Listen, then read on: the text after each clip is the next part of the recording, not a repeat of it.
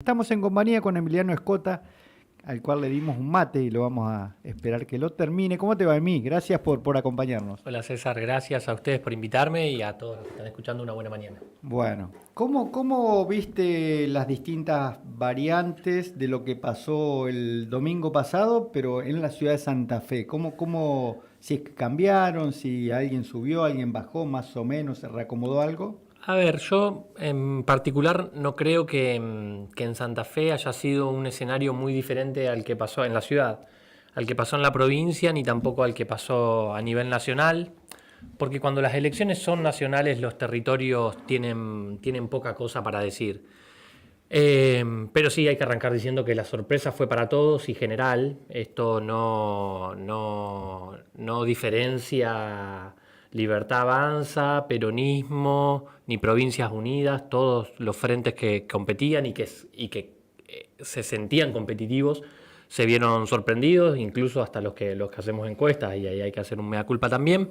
Lo que sí no es sorpresivo es que si a nivel nacional reconocemos que la política está polarizada, los porcentajes que sacó cada uno de los lados del polo siguen siendo bastante representativos y siguen siendo bastante exactos. ¿Qué quiero decir con esto?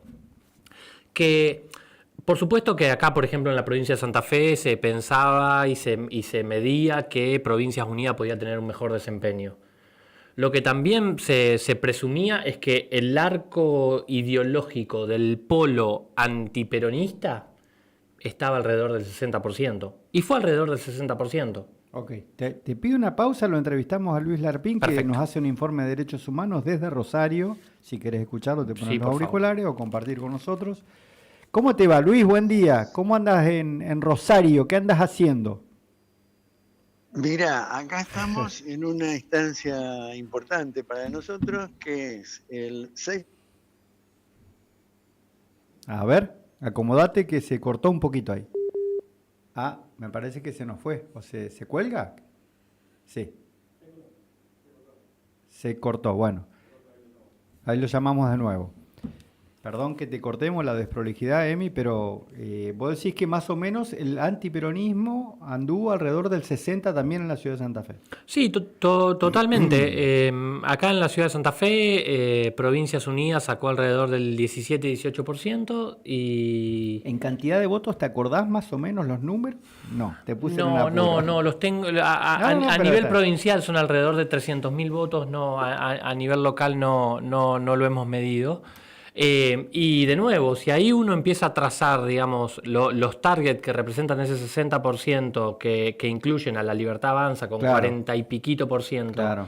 y 38 si no me equivoco, y Provincias Unidas con 18, vamos a encontrar que está, digamos, el electorado antiperonista. Y ese electorado es el electorado de las zonas urbanas más integradas, Claro. es un electorado de clase media, es un electorado más adulto mayor, y es un electorado mayormente masculino. Esas son las características que está teniendo o que tiene el electorado antiperonista, que Milei en el 2023 había logrado, digamos, romper de alguna manera esos targets de los polos, porque si hay algo que nos sorprendía de Milei en 2023 era que fue un fenómeno policlasista y multietario. Ujú. Bueno, eso de algún modo ya se reacomodó en el escenario y dejó de representar en la medida en que representaba, por ejemplo, a los sectores populares por ejemplo, también a los adultos mayores de esos sectores populares sobre todo, y a los jóvenes. Sostuvo un núcleo duro, pero todo ese núcleo más blando que lo apoyó con alguna expectativa en 2023, en este escenario 2025 se abstuvo de votar. Es fuerte, ese dato también es importante, ¿no? Porque a veces uno no tiene en cuenta y tiene en cuenta, bueno, los votos válidos emitidos y listo. ¿Y el Sí, resto qué es de eso, no? sí, sí, tal cual. Y de hecho, para una elección intermedia, que más allá que siempre tienen menor grado de participación que lo que tienen las elecciones presidenciales, fue la elección con menor participación en la historia de la vuelta a la democracia, para una general. Y eso es un dato, y eso habla de un malestar Sí, general sí. que digamos que Excede ninguno a, de los dos polos claro, que van a cualquier votar identidad, representa. excede a cualquier identidad. Totalmente. Ahí lo recuperamos a Luis Larpín desde Rosario. Luis, nos decías que estás atravesando ahí un encuentro importante de organismos de derechos humanos, según leía yo el programa, de 16 localidades. Exactamente, sí. Desde el año 2019 que estamos trabajando en común y al menos una vez por año hacemos un encuentro entre todos, en esta oportunidad en Rosario, para analizar y debatir propuestas comunes de aquí hacia adelante. En este caso particular es en vista a los 50 años del inicio de la cruel dictadura. No, bueno, se nos cae, si no, intentamos cuando terminemos con el EMI. Demian, intentamos cuando terminemos con el EMI, ¿está? Gracias. Pensaba, porque vi algunos números, por eso te preguntaba por números, Emi, de que el peronismo como que hizo una mejor elección. Leí inclusive miré algún dibujo de la geografía barrial de la ciudad de Santa Fe y había ganado en lugares donde antes tal vez había ganado, como vos decís, el oficialismo de Puyaro en este caso. Eh, y bueno, y me pareció interesante evaluarlo desde esa perspectiva también. Algo así como 57.000 votos puede haber rescatado el peronismo. Sí, En la ciudad te hablo, ¿eh? sí, fue por ahí el número total de votos, y en porcentajes, en porcentaje estuvo un poquito por encima de lo que fue en la elección provincial a convencionales, si no me equivoco. Y a Y concejales a también. concejales, perdón, sí, Claro, si lo no que me pasa es que equivoco. ahí es la sumatoria de todo lo que hubo por fuera de Puyaro, digamos, de alguna manera, ¿no? Sí, Y de la Libertad Avanza. y es cierto que a nivel local para concejales había otras expresiones que Claro. podían representar de alguna manera también la identidad peronista y que El no votaron Tati, por peronismo. ejemplo, Tati Por Restaño. ejemplo, la opción de Restaño. Sí creo que, a ver, el peronismo está de alguna manera entrampado Mm. en un 30% electoral que, más allá de que digamos, el discurso de la grieta y de los polos de alguna manera lo pone competitivo como uno de esos sectores de los polos, del antagonismo ideológico, Ujú. afectivo que está atravesando la Argentina, lo cierto es que ha perdido 6 de las últimas elecciones nacionales Tal cual, de medio término. de medio No, término y y generales. generales, De ok. 2013 a 2025 la única que ganó fue la de 2019. Bien. Y la que ganó de 2019, hay un dato a mí me parece importantísimo a rescatar. En 2019 ganó por dos hechos trascendentales. Uno endógeno, que fue ampliar. Ajá. Algo que no hizo en 2015, algo que no hizo ¿Por en qué lo lees 2010. así? ¿Por qué lo lees Y como porque ampliar si era Alberto Fernández? Era un y sumó tipo a Massa y del Alberto riñón del Fernández. peronismo también. Sumó en ese momento a En el Massa frente. Bien. y a Alberto Fernández, que Bien. habían sido, previo a ese hecho de reunificación, actores antikirchneristas y representantes. O por fuera del peronismo. Sí, pero en Oficiales. algún punto fueron, digamos, tuvieron disputas abiertas y críticas abiertas Sí, al sí, gobierno, claro. sobre todo Claro. de Cristina Fernández.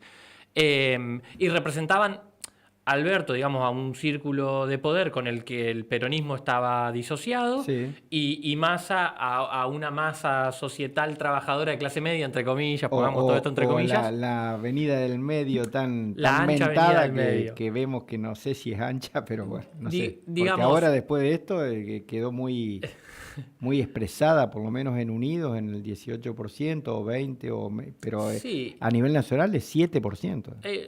yo creo que la ancha avenida del medio del Massa 2013, Mm. que fue, digamos, donde su figura cobró relevancia, fue, más que la ancha avenida del medio, fue la iniciación de la identidad antikirchnerista Bien. del polo que hoy representa a Milei, que representó a Macri en su momento, a Juntos por el Cambio en su momento.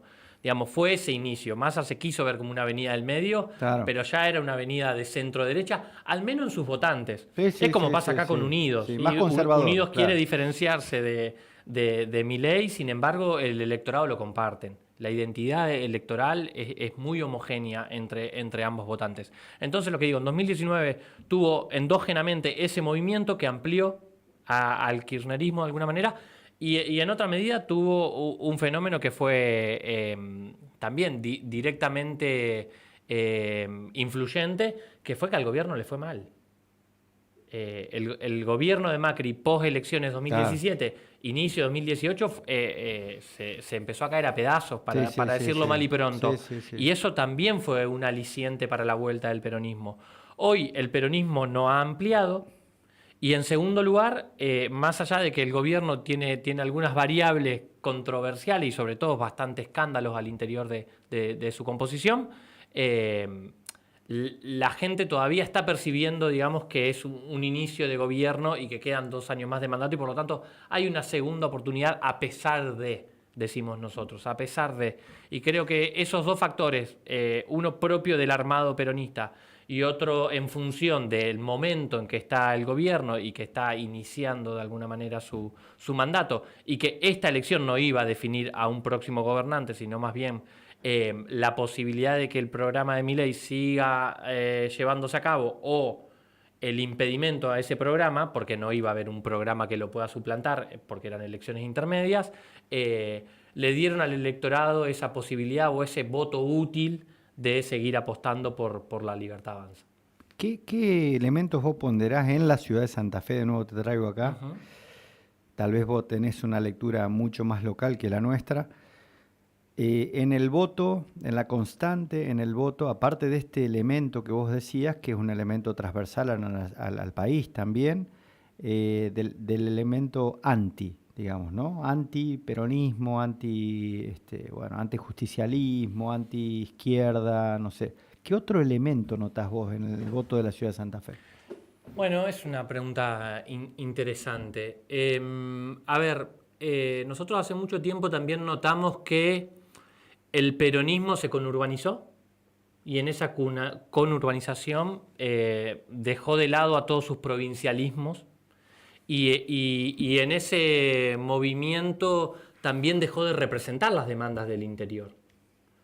El inicio de esta grieta es el conflicto con el campo en 2008 y eso fue un conflicto con el interior productivo. Desde ahí hay un movimiento que creo yo también, y hasta esto compartiendo con algunos peronistas también, digamos, un movimiento nacional que no representa los intereses del interior, y eso genera también con la identidad que debería tener el electorado una disociación, una disonancia.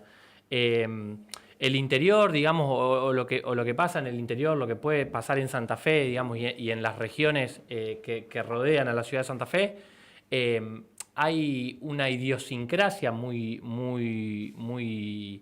agricultora, ¿sí? Que más allá que no represente económicamente en términos de empleo y demás, grandes movimientos o grandes sectores de la población, sí hay una identificación para con ese... Cultural, digamos. Para con social, esa, cultural. Exactamente, para esa cultura, para con esa idiosincrasia.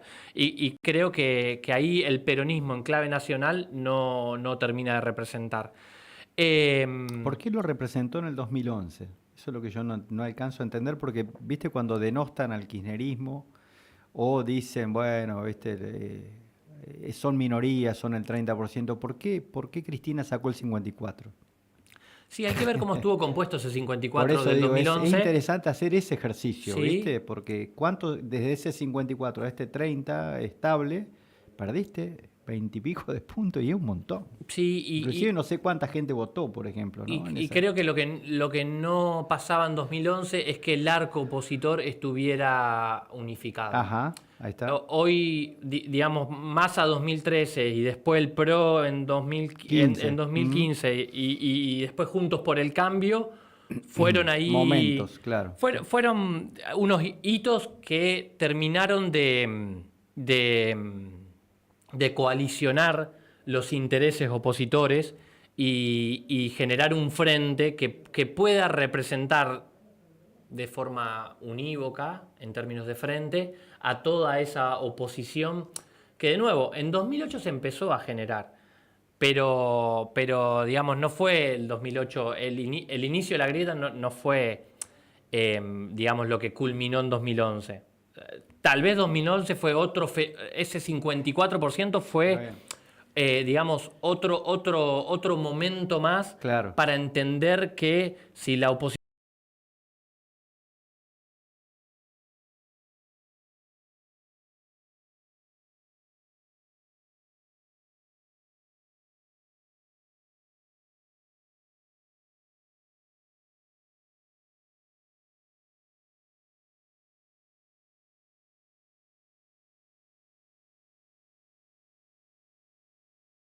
De la oposición de no haberse juntado, pero no hay un mérito del 54 que ganó. Eso es lo que a mí me suena. No, hay muchos méritos.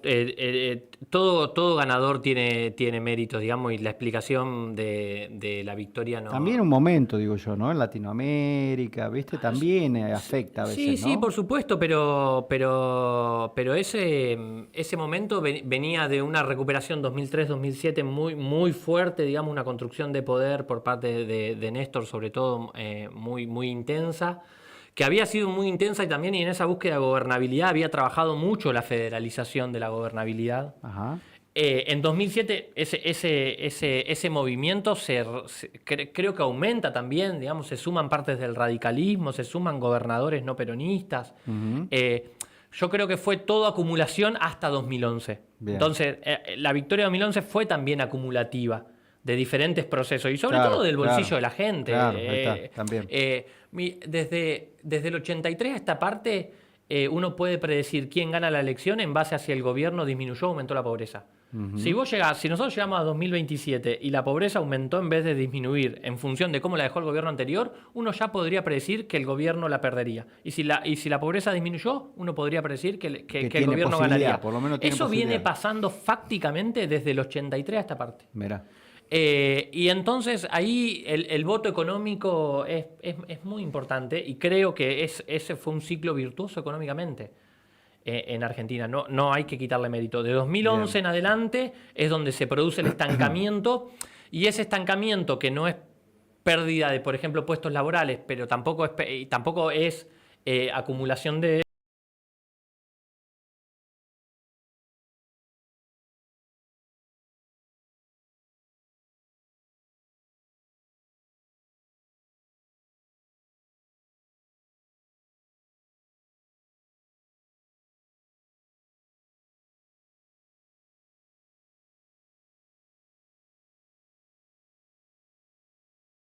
Que no se reviente todo el lunes, ¿viste? Esa idea que hubo, Mirá, César, te que comento hubo con parte el diario de... del lunes, ¿no? No, Digamos no, que- y te comento parte de lo que nosotros llamamos espiral de silencio Mirá. que nos sorprendió con los resultados electorales del domingo. Nosotros habíamos hecho una encuesta hace una semana y media previa a la elección. Más del 70% de los santafesinos mencionaba como uno de sus principales problemas de su propia vida y de su familia la situación económica. En diferentes aspectos, la precariedad laboral, la acumulación de deudas, no llegar a fin de mes, no tener trabajo. Y uno, haciendo una lectura lineal, pensaba que eso iba a generar un castigo al gobierno. Lo que pasa es que cuando uno no hace esa lectura lineal y se encuentra con Claro, los resultados, claro. lo que ve es que, contrariamente a lo que uno pensaba linealmente, es que si entonces el domingo uno vota en contra del gobierno, todos estos problemas que yo ya vengo sosteniendo se van a incrementar, se van a profundizar. ¿Sí? Entonces ahí también hay algo de voto útil y espirales. Claro, voto útil, está. Voto útil. Y es también pensar que aparte lo que está enfrente, digamos, yo puedo entender cómo está mi situación actualmente en términos económicos y cómo la estoy padeciendo personal y familiarmente. Ahora, también puedo entender que en el mapa actual de la elección, Provincias Unidas no llega a disputar poder nacional, porque es una construcción incipiente que nace del interior. El peronismo fue lo que me trajo hasta acá. Ujú.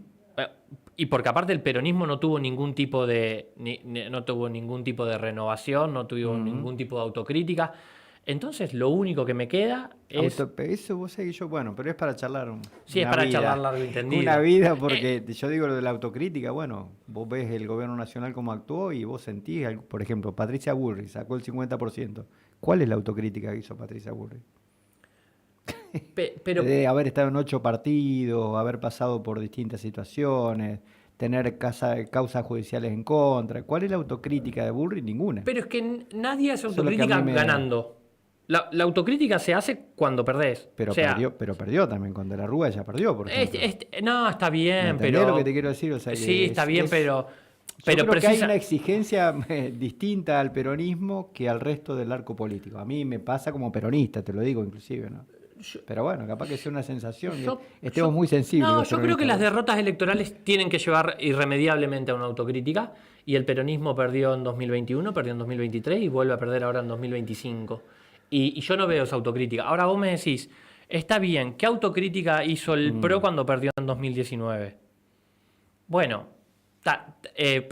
sí, cuando perdió en 2019. Uno puede pensar que tampoco hubo una autocrítica, uno no la puede reconocer tan fácilmente esa autocrítica. Macri se aleja y deja que sus dos alfiles que venían creciendo... Claro, porque tanto Patricia autocrítica Bull- debería ser pública, entiendo, ¿no? Por lo que decís vos, autocrítica, ¿cuál es? No necesariamente tiene No que ser necesariamente. pública. No necesariamente tiene que No ser hay que pública. flagelarse en cámaras, digamos.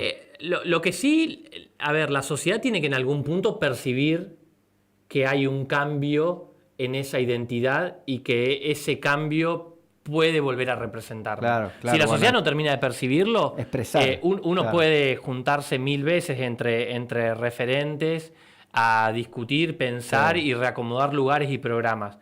Pero eso en algún punto tiene que condensarse socialmente. La sociedad tiene que comprenderlo de esa manera. Si la sociedad no lo comprende, es muy complejo, digamos, de volver a representar, no a esos sectores duros que venimos diciendo Claro, que están claro. entre un 30 y que solamente Más definido, en claro. 2019 llegó a 40% Claro. en la provincia de Santa Fe, Claro. y que tiene que ver, digamos, con estos fenómenos que explicábamos anteriormente. Entonces, para eso me parece que, para eso creo que es importante la autocrítica. Bien. Es sobre todo para que la sociedad pueda percibir Bien. que el peronismo ha articulado algunos cambios y ha entendido las demandas del presente, y que entonces sí puedo tener la expectativa o la esperanza de votarlo como una alternativa. Es lo que creo yo no se terminó de ver en esta elección, y que por lo tanto la gente siguió apostando en mayor medida al modelo actual. Y tampoco hay que sobrerepresentarlo. No, claro. ¿Sí? Porque, de nuevo, ninguna encuesta falló en cuánto más o menos iba a sacar el peronismo. En lo que se falló era en ¿A las dónde iban a ir esos proporciones, votos? Claro. en las proporciones que iba a sacar todo lo antiperonista, lo Claro, antikirchnerista, claro. que he escuchado a muchos también decir, y en parte coincido, que es el principal partido de la Argentina hoy. Ok. El principal partido de la Argentina hoy es antiperonismo. el antiperonismo, Sí, sí. representado Bueno, eso lo dice más Agustín cabal- Rossi hace muchos años. más cabalmente por el kirchnerismo. Bien, Emi, ¿dónde te lee la gente? ¿Dónde te puede buscar para escuchar o ver las cosas que ustedes hacen o leer las cosas que ustedes Bien, hacen? nosotros somos una consultora en la ciudad de Santa Fe, influencia.consultoría en Instagram, también estamos en LinkedIn, y ahí vamos subiendo diferentes informes que podemos hacer públicos con Ok. datos para que lo analice la gente, Ok. y si no, también con alguna parte De opinión. de entrevistas y charlas, también con algunos análisis en función del contexto y de lo que está atravesando la opinión pública local y provincial sobre todo. Ok, ya pasó por nuestro programa número 5, Emiliano Escota, consultor de la ciudad de Santa Fe, gente joven, escúchenla, búsquenla. Y bueno, seguimos analizando, hacemos un cortecito y volvemos.